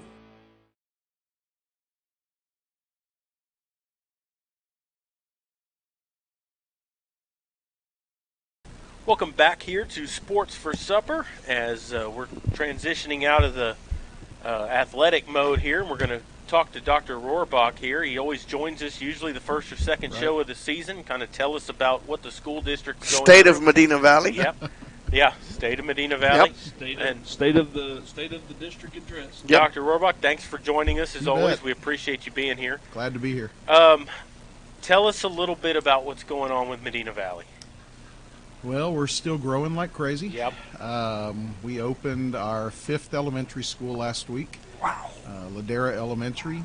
Had the grand opening a few weeks ago. Ribbon cutting, had a real nice turnout, and had kids show up there last Tuesday on the first day of school, and things seem to be going well there. Hard to believe we've got 5 elementaries in the school district, and pretty soon we'll start on elementary number 6. Don't know quite yet where that's going, but decision will be made in the next couple of months, and we'll start construction on that, and then we'll pretty soon have to go ask voters for high school number 2.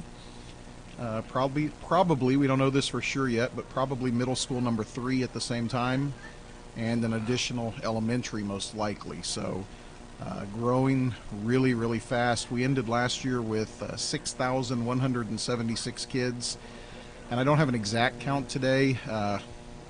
I would imagine today we were at about 6,650. My. And we still expect more to come in this year. Yeah. But we're going to be pushing that 7,000 number, if not this year, right away next year. So growing real fast. We're up 7.7%, I think, today over the end of school last year. So that kind of stays within what y'all have been predicting all along. Yeah, we about thought a it would 7% growth. Yeah, we thought it would be a little bit bigger this year, but we always continue to enroll kids pretty steadily over the first few weeks of school, and then after Labor Day we tend to get a little surge too. So I would imagine in the next couple of weeks we'll probably be somewhere 6,750-ish, if I had to guess, maybe closer to 6,800. It's just kind of a wait and see thing. More importantly, Dr. Rohrbach, since this is a coach's show, an athletic show, what is our high school numbers? High school is right over 1,900. Ooh, my Yeah, goodness. I don't have an exact count. I think it's something like 1918, something What like are that. the breaks for like 6A, 5A? It's over 2,000 Is right it? now. It's So like it depends- 2,200-ish. Yeah, so it depends on where that break Yeah. comes. But it sounds like we're still going to stay below that for another year. I mean, for another Yeah, go-round. we'll send in enrollment numbers in February for realignment for next year. So we'll wait on that February submission date, and then we'll see what the UIL does with us. Yeah, you people that are moving in, don't move here until after February, okay? we got to stay down for another 2 years. So I know you talked about we're going to have to, third middle school, second high school. Right. I think you mentioned another elementary, so 7 elementaries is what the plan is. Yeah, it's we'll have to form a bond committee in the next few months to start talking about what projects are needed.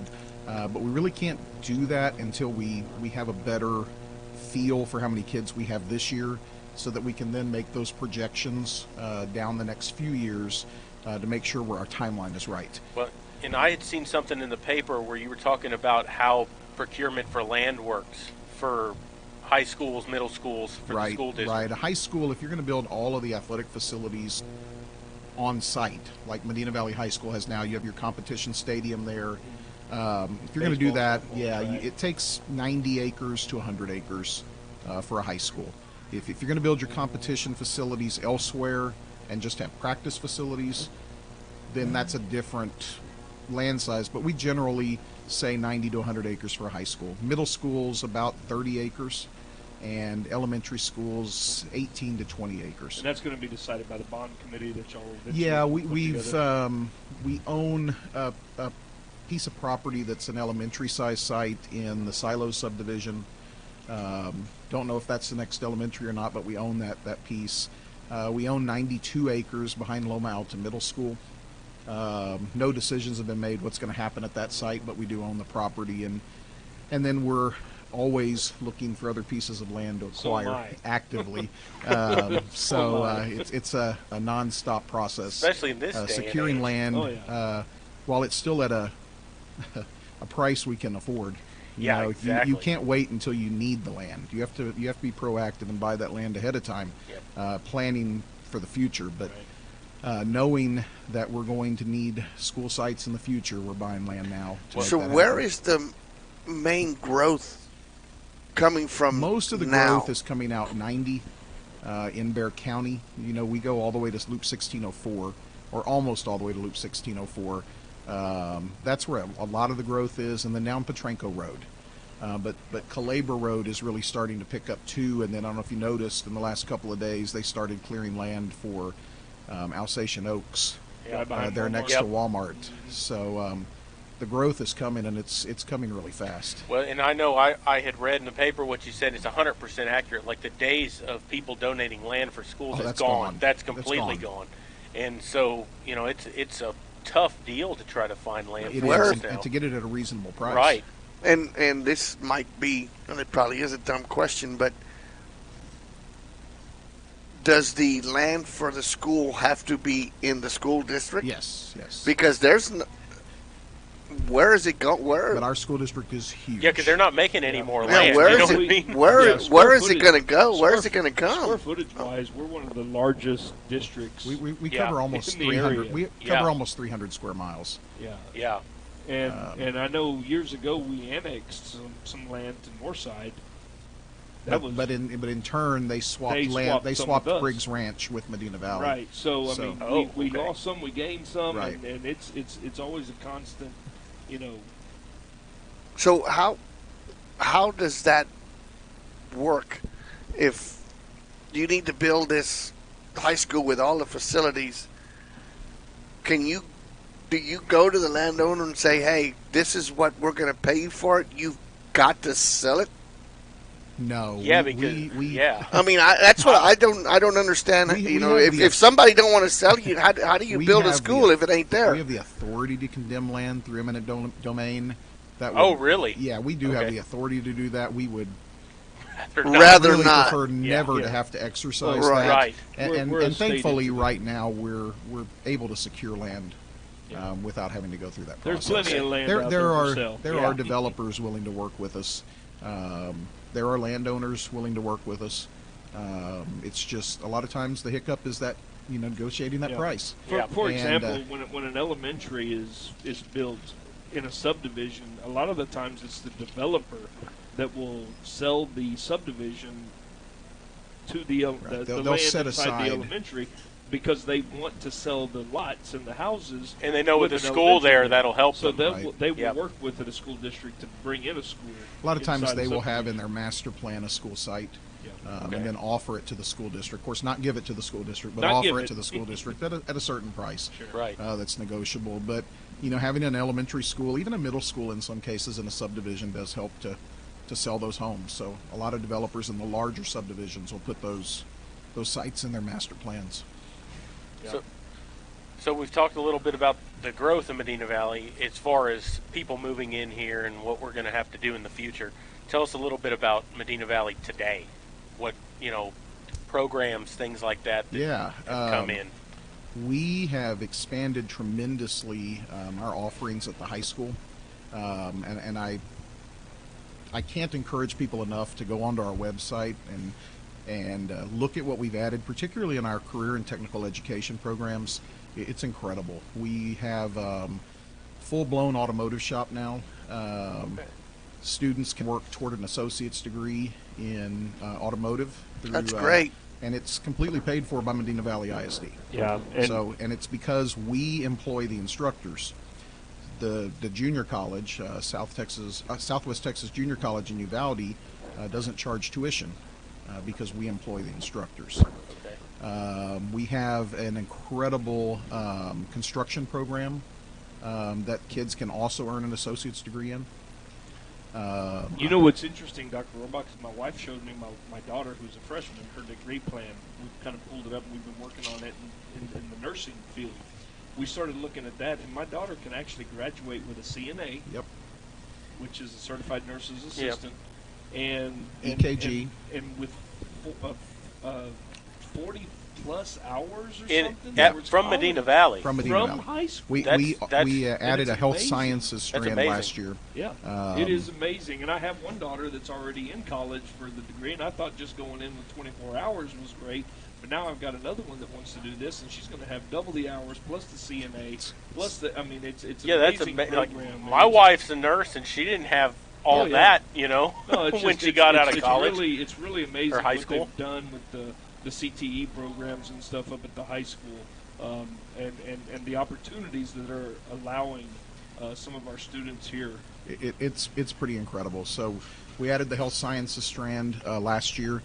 We added culinary arts to the program. We've got drafting now. We have animation. Computer science. We need to get with some of those animation people. Can I go back to high school? Because really, it's there's incredible. So much the more than opportunities that our kids have. We've got a great ag program in our school district. And always looking at what can we add. Of course, when that second high school comes along in probably 4 years, the way it looks. Then we'll have to make some decisions about, do you duplicate programs at both high schools? Those highly specialized programs. Or do you put some at one high school, some at another, bus kids back and forth? That's going to be a tough decision, but it's things we're going to have to work through. But there's interest in adding other programs, and then that's on top of our really robust dual credit program. We've got kids graduating that have their freshman year of college complete and paid for. It's free. It's an incredible scholarship. That's awesome, because there were two dual credit courses. I graduated in 04. and we had dual credit English and dual credit biology. Yeah. Those were the tool we had, and now you can you have a whole freshman year under your belt. And paid for it. Yeah. Paid Yeah, for it. exactly. Both of my kids graduated with 24 and 25 hours going into college. Wow. And yeah. I'm going to get this number wrong, and Dr. McCaslett, if you're listening, I'm sorry, but I think we've got 13 teachers that are adjunct professors with the junior college. That's awesome. On staff. 12 or 13, something like that. So, Wow. So the quality of education in Medina Valley is not lacking. No, not at all. Lots of good things going. You know, last year with COVID, tough year. But our kids, you know, we don't believe in teaching to the test or talking about the test. We teach a verified and reliable curriculum. We let the test take care of itself, and our kids outperformed the state and outperformed the region in almost every category. Spoken like a true educator, Dr. Rohrbach. Thank you. Thank you. That's great. We've got incredible teachers, just incredible teachers, incredible staff. It's amazing. Well, and that's part of the reason for the growth we're having because, you know, that's the best school in the area. Well, they're moving out here. Yeah. We've become a destination district, definitely. So one thing you did bring up, Dr. Rohrbach, and I'm going to put you on the spot here, and I warned you about it already, about COVID. So we do have a lot of issues going on statewide, nationwide, worldwide with COVID. And, you know, there's been so much back and forth with the governor and the school districts in the state. And lawsuits. And lawsuits here and lawsuits there. But Medina Valley is standing pat with what the governor basically has said. And you know, it's commendable on both sides. It's whichever way the district chooses to go. And we evaluate it every day. We monitor cases very closely. We evaluate every day, you know, what our approach is going to be. And, you know, at any time, depending on what's going on, we could switch and say we're going to require masks. Exactly. Yep. And if that needs to happen, it'll happen. Right And now, we feel like it doesn't need to happen. And, of course, you know, there's folks out there that don't agree with that, and I respect their disagreement and am willing to listen to it, and as is the board. Because of the great country we live in. But it's also their prerogative to have their children wear masks at school. They can do that. Absolutely. You know, they don't have to not. But we are monitoring it. We still, and we're required to, if we have a student or a staff member that tests positive, we send out a letter informing parents that there was a positive case on campus. We do maintain a COVID dashboard on our website where we report the number of active cases and the number of recovered cases since school started. And we're, like I said, we're monitoring it very, very closely. And once again, I want to bring up the fact that, you know, this is a coach's show. We talk about the athletic part of it. So we did a great job last year in Medina Valley of monitoring the COVID within our athletic programs and keeping it basically out. I know we had some issues here and there, but they were never. We never had to cancel games. We never had to cancel games, and I believe, and I may be speaking out of turn here, but I believe that it really never affected many of our games. No. And so, have our policies basically on any of that changed? No, we're still keeping up with incredibly robust cleaning protocols in the district, trying to keep areas disinfected as best we can. And have y'all talked about vaccination for any of the teams? Because I know you get into colleges, and you know you have these colleges that are saying, I mean, it's a whole different we ballgame. can't mandate vaccinations, and the governor doubled down today with an executive order on that. So I saw that. No vaccination. We're not even going to touch vaccinations. But we monitor it every day. We are following these court cases very closely, and like I said, if we need to adjust, we will adjust and do what we need to do. Yeah, absolutely. Yep. Got a great team up there, and they take it very seriously and monitor it very closely. Awesome. And we appreciate everything the school district has done for the community at large. I mean, Yep. You know, this is we all three grew up here. We all graduated from Medina Valley. I think, Maury, you graduated, right? Oh. Just kidding. Just kidding. Look at that look. My goodness. And you're still That's about the third one tonight you've gotten from him. A lot of them from Maury tonight. No, but, you know, we appreciate the... Wait a minute. I went to a state tournament. Did you? Yeah, I went in to sports? A state tournament. I was watching in sports? Yeah, I went and watched the girls softball. Did you team participate? when Did you participate? Oh, no. I did. Did you participate? No, but it's been, watching the growth of the district. Oh, I did play in the national championship. Did you? Okay, but we'll move on. Not in high school. We'll move on. But we appreciate what the district has done for. I mean, the growth was inevitable. It's coming. I mean, we watched Bernie. We watched. Now it's heading towards Lavernia, that area. We know it's been happening everywhere, and we knew it was going to come here. And what I appreciate, what I've seen over the last 10 to 15 years, is that the school board, yourself, and the administration has been proactive on a lot of things. Whereas there was a long time where we didn't foresee what was going to happen. Right. And we kind of got behind, between a rock and a hard place. Yeah, because this could have easily just snuck up on you. Yeah, we're trying to stay ahead of it. Yeah, and we really appreciate it, and as taxpayers too. I mean, we know that our taxes have not been tremendously affected. Although my wife will disagree, she tells me I should fight the tax rate every year, but I haven't done that. But it's been a blessing to have people like you and the school board on having everybody have our front.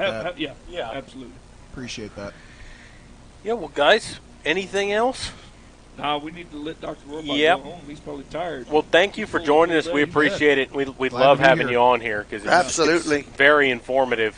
Things that we don't even realize sometimes what's going on with the school district. So, thanks glad for to be here. Yep, thanks for joining us. We look forward to having you again sometime. You bet.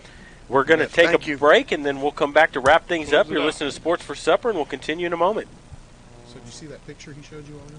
Peerless Equipment, your irrigation experts. Peerless Equipment specializes in sales and service of irrigation equipment to the agricultural and wildlife industries. This includes hose reels, big guns, pivot systems, underground pipelines, turbine well pumps, booster pumps, motors, valves, and an inventory of much more. Stop by one of their locations in Hondo and Pearsall, or give them a call at 210-434-7867. Peerless Equipment, bringing water to you.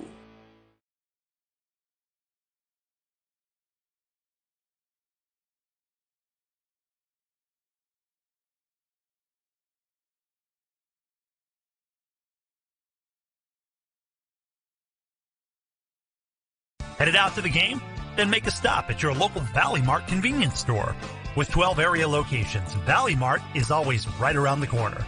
Fuel yourself and your vehicle with quality branded gas and diesel, snacks, and fountain drinks.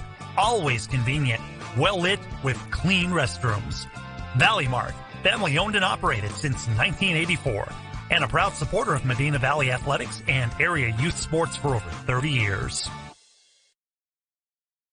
Let's get social. Like Medina Valley Broadcast Network on Facebook. Follow us on Twitter at MVBroadnet and visit the official website at mvbn.net. Get the latest and join the conversation about all things Medina Valley sports. Come on, let's talk. Double T Outfitters offers deer, dove, turkey, quail, and exotic hunts in Southwest Texas on over 20,000 low-fenced acres. They facilitate professional guide services, lodging, and fantastic meals while providing the best in Southwest hunting. Contact Double T Outfitters to find out details about their current package hunts. Contact owner Brett Ferguson at 210-413-1597 or online at doubleThunting.com. Are you ready for a vacation? Tanya with Travel by Design can help you with all your vacation destination needs. At no cost to you, she can plan all of the details tailored to your unique wants and needs. So all you have to do is enjoy your vacation. Tanya is a certified expert with Disney, Universal Orlando, and California, Sandals, and all cruise lines. Give Tanya a call at 830-931-4834 or visit her Facebook page, Tanya with Travel by Design, for all the latest specials and must-do vacations.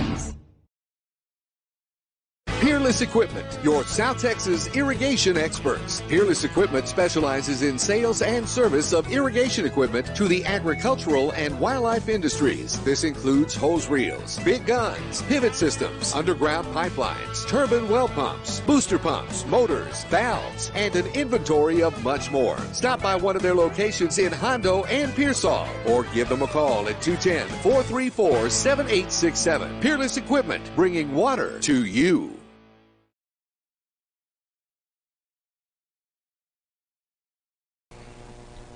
Welcome back here to Sports for Supper. We had a great first show here tonight. We had Coach Griggs talking about volleyball this year. We had Coach Chris with the football team. We had Dr. Rohrbach on talking about the state of the school district. Always entertaining. Yeah, there's so much going on with Medina Valley, and it's exciting to It's have all another positive. year. Yeah, absolutely. And it's exciting to have another year here. I know next Tuesday we talked about this is going to be the first volleyball broadcast. This Friday night, make sure to join us. That is a 7 o'clock start time. The game is at Southwest Legacy. It's the first game of the season. We will be on around 6:40, 6:45. Maury Stein and myself will be there ready to call that ball game for you.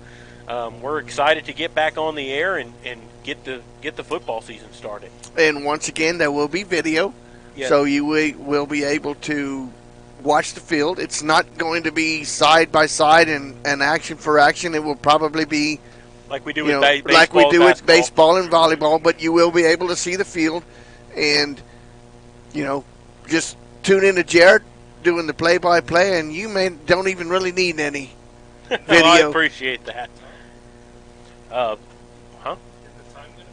Yeah, the time is, so some of y'all's schedules might say that it's a 7:30 start. It is a 7 o'clock start. Every game this year. Every game this year is a 7 o'clock start. We confirmed that with Coach Crisp earlier on the show. So that every game, 7 o'clock start time, regardless if your schedule says 7:30. So that's good for some people, bad for some, but nonetheless, 7 o'clock start time is what it's going to be this year. The first 2 games are going to be away. We're going to have 5 in a row at home. That's something that you usually don't see. Nope. But we'll start out Southwest Legacy this week. Next week it's supposed to be at John Jay High School. That's at Gustafson. Yep. Yeah, it'll be at Gustafson, but it's against John Jay. Exactly. Yep. And then we'll get our first home game against Southwest. So tune in Friday night. Tune in next Tuesday to the volleyball, and then we'll be back on next Wednesday with Sports for Supper again. For Jeff Stivers and Maury Stein, I'm Jared Lucky saying good night, God bless, and we'll see you this Friday night when